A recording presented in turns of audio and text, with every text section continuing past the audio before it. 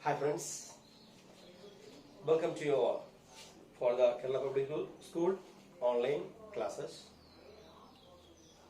Today we are going to deal with the geographical section. We already discussed the first lesson of history from this landmark textbook, and first lesson of the history that's over, because these books are deal with three different subjects: history, geography and politics. So now today I selected the book of Our Environment from the geographical part. History one lesson over, now we are deal with the geography. Lesson 11, and the title is Our Environment. So I just welcome to everyone, and I request you to please open your textbook, lesson 11, Our Environment, and page number 112. Please open the textbook with me, and once again I request you to, while I am reading and explaining, you have to cast your complete attention towards me, so that you are able to learn together. So now you have to discuss about the environment from the geographical part. Lesson 11. The first topic mainly deals with natural environment. Listen carefully. The first topic, the title is given here, the natural environment. What do you mean by natural environment? I will give the two informations. The immediate surrounding or the condition in which living beings exist and develop their characteristics make the environment. We are getting a clear and a very small definition that environment means the immediate surrounding or the condition in which living being exists. Where the living being exists, that particular area is called environment. That's a very clear information and definition about the environment. So we can understand that in our environment, so many living things are there, non-living things are there. Everything is that we can see. So this lesson, and we are discussing mainly with a few topics: natural environment, abiotic or physical components, and biotic components, and interaction between the components. And finally, we will discuss with the human environment. These are the topics we are mainly dealing with from this lesson, from the geography 11th lesson. So, we got a small definition about the natural environment, because natural environment means the immediate surrounding or the condition in which living beings exist and develop their characteristics make the environment. That's the clear information. You have to memorize very clearly and the definition of the environment. The natural environment has two components, an abiotic and biotic. So, while we are learning about the natural environment, we have to understand that there are two main parts or components are there. First one is called abiotic and second one is called biotic. And I will give the explanation about the abiotic and biotic. You listen carefully. And while I am teaching you, give your complete attention, then only you will get the clear information, and then only you are able to learn very clearly. So, you listen carefully. So, we are going to learn about what do you mean by the abiotic and the biotic. So, I will give the explanation. So, now the second topic given here, abiotic and physical component. And here, we can understand that this includes the following non-living things, especially while we are learning about the abiotic or physical components. And first one includes the following non-living things. And when we are learning about the biotic components, there we can see the full of living things are there. And when we learn about the abiotic components, there we can see that almost all the non-living things are included. So we can differentiate between the abiotic and biotic. In one word, we can say that Abiotic means non-living things are there, and biotic means living things are there. These are the two differences. So, and I will give you example for that. Here, for this information, and this information, I can give some example. Few example I will give you. Land, and water.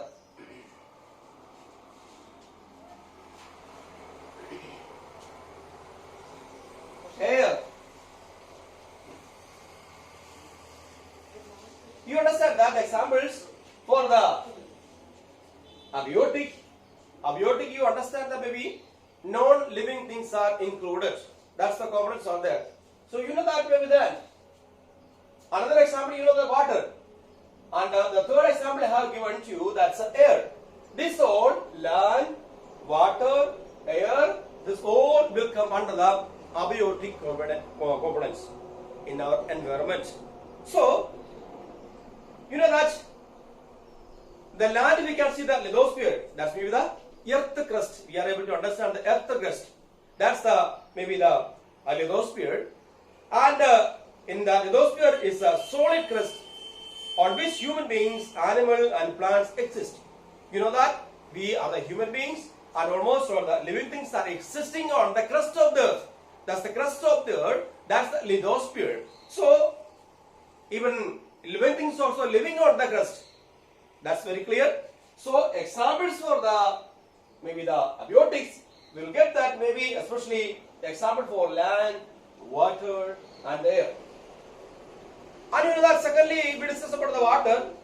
So, on the surface of earth, below it as well as in the atmosphere, make the hydrosphere. And you know that the water, mainly we can understand that's the hydrosphere. So, it fulfills the vital human needs and for the animal and the plants needs for the survival. You know that water is not available on the surface of the earth, others to the lithosphere, others to the crust of the earth. Then how the living things will alive? How they will be able to survive in the earth? That's very difficult. In the planet of Earth, on the planet of Earth, if we want to live, we must have the water. We have to drink the water. Even for all the living thing needs enough water.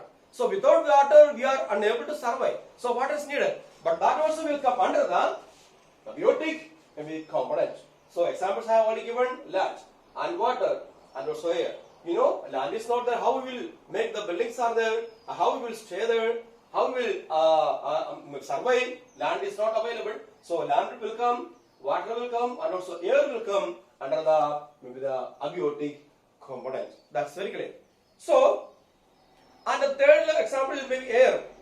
Air or the mixture of the gases that envelop the earth is called atmosphere. You know that our earth crust is there. Beyond that, the atmosphere we are seeing. So there are different type of gases are available, and even the oxygen also available, and the carbon dioxide is available. You know that we used to breathe the oxygens, and we have to give back the carbon dioxide that are received by the plants, and when the plants are releasing the oxygen, that oxygen we breathe again. So that the rotation was going on. So we can understand air also needed for the survival of the human being and almost all the living beings. So you know that even the abiotic we can understand the land and the water, and these are the components will come the abiotic maybe components.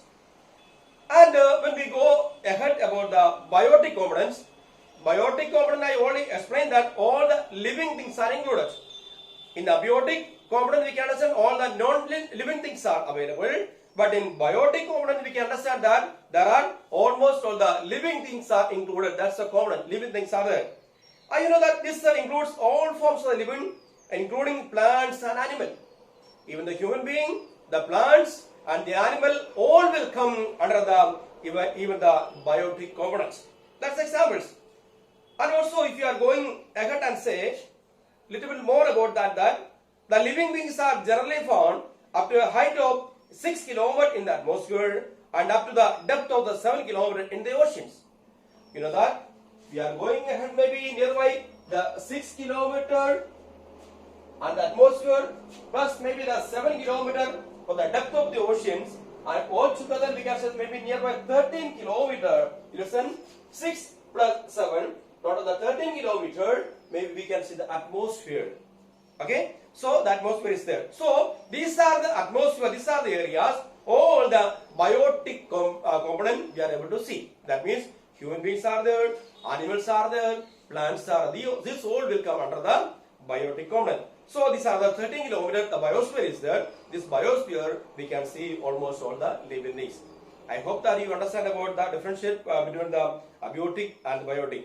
Abiotic means all the non-living things are available, and biotic means living things are available. I have given so many examples about that, even land, water and air. Without this, we are unable to survive. That is also one of the very great information about that. Now we have to go ahead, even especially in the biosphere, and there are two important categories of living being. So we understood that what do you mean by the biotic, and in biotic that's the main living things are there, and I already explained about the atmosphere, others the biosphere, more especially 6 plus 7. Maybe we are going there, maybe the high, the atmosphere 6 kilometer, and while we are going the depth of the ocean, that may be the 7 kilometer. Total 13 kilometer will come. These are the 13 kilometer included, and we are saying, the scientists are saying that that's the biosphere. So all the living things we are able to see in this biosphere. So that also will come under the biotic components. That's a very clear information. Now I hope that maybe you understand about maybe the abiotic components, and also you understood about the biotic component, because this will come under the non-living things, and the biotic will come under the living things are available. So without these are the area, without earth crust, and we are unable to survive. So these are both are very important for the human being, and for the non-living things, and for the living things. That's very clear. Now you have to go ahead. Maybe especially I inform you that the biosphere, there are two important categories of living being. First one is called the producers or autotrophs. So I will write.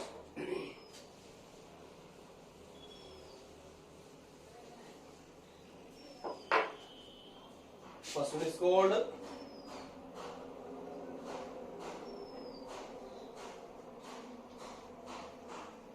producers or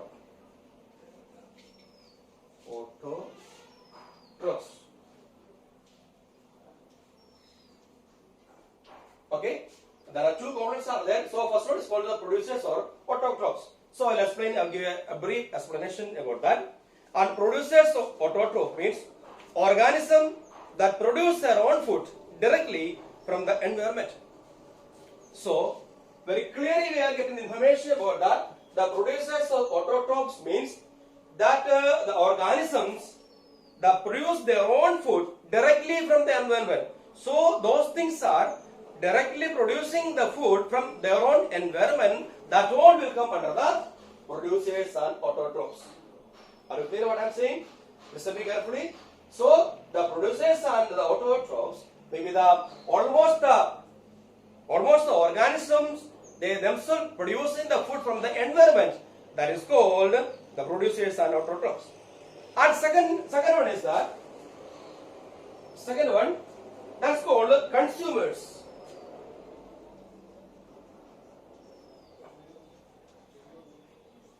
Consumers or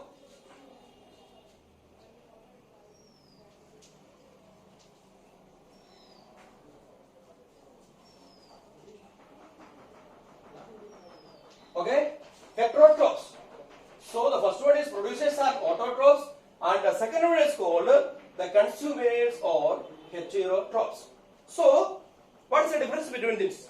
And the producers are autotrophs, they produce, and also the organisms that produce their own food directly from the environment, and the consumers or heterotrophs that organisms depend upon the plants and animals for their own food.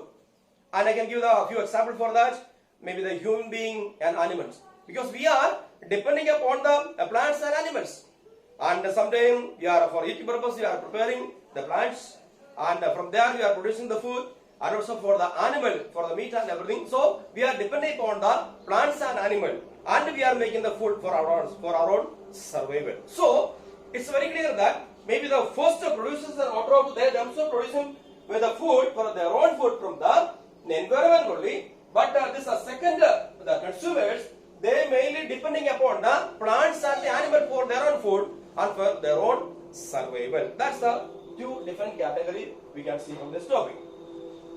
When we are going ahead, the next topic let me deal with the interaction between the component of the environment.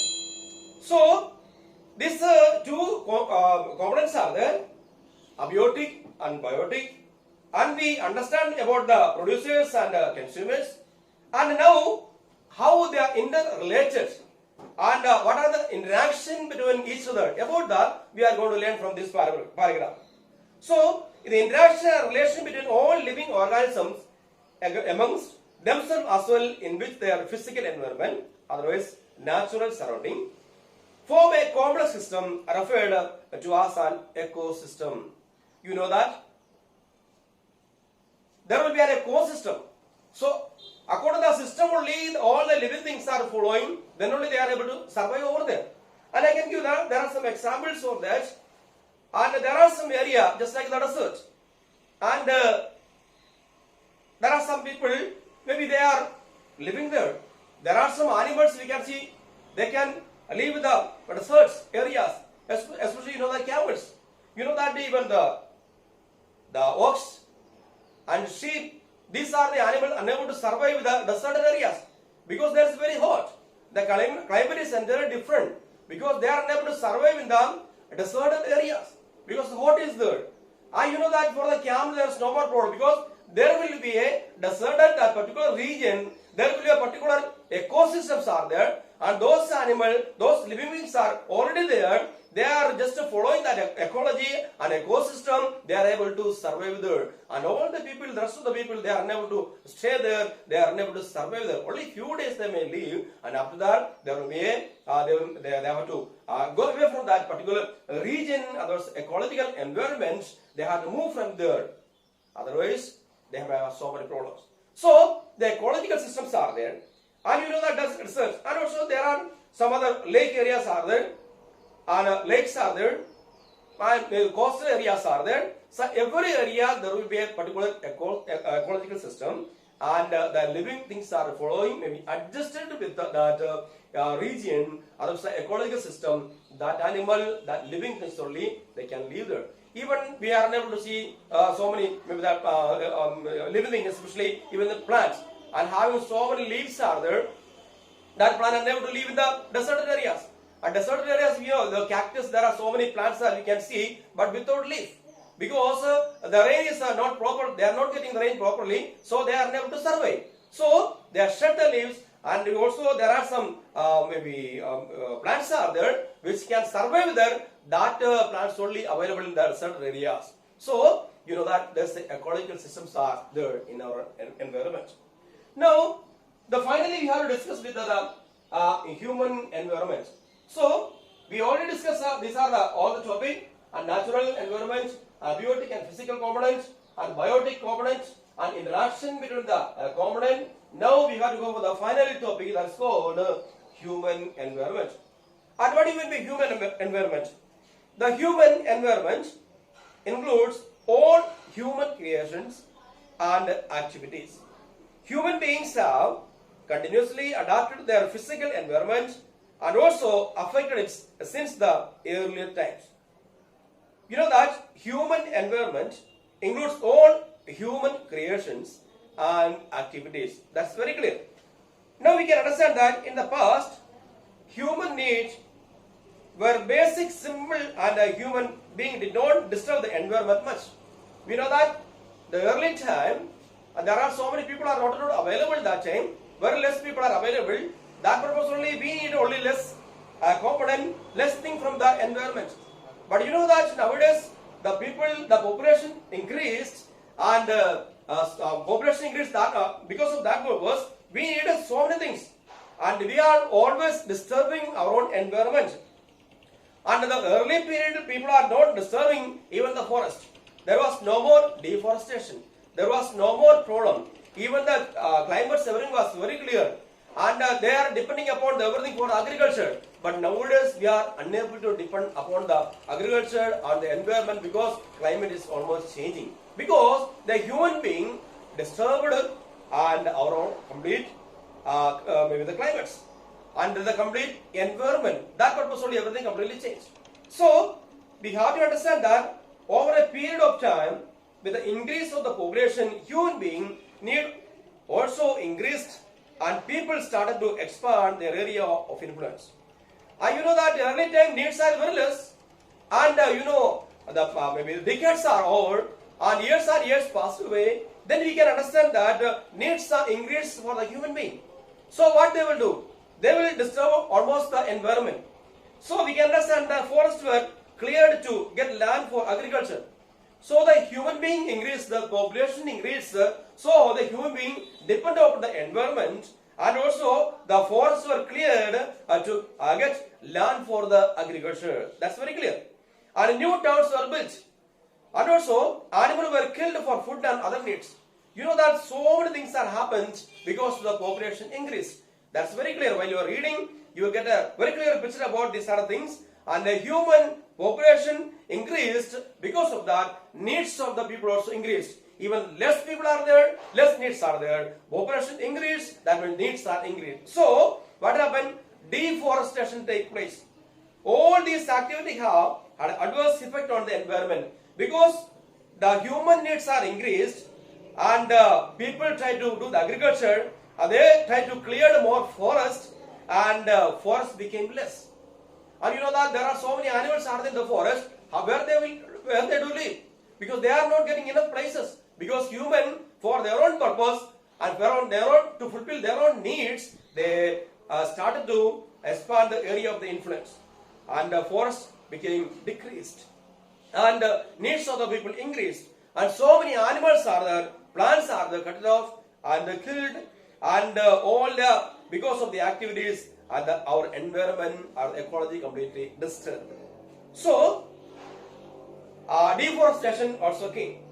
So deforestation is also the reason in for the increase in the amount of the carbon dioxide in the air, which is the main cause of the global warming. It's very clear that we are hearing about, heard about the global warming, and how the global warming came here right now, and now how the people are affected and struggling because of the global warming, because we never think that we are destroying the environment. Because our needs are increasing, we try to expand our own area, and also because of that purpose only, our forests everything going to be over, and people need more places for their own cultivations, and they are destroying the forest, and even though animals also unable to survive in the forest, and the land of the forest became decreased. And also because of these are the things, and global warming came.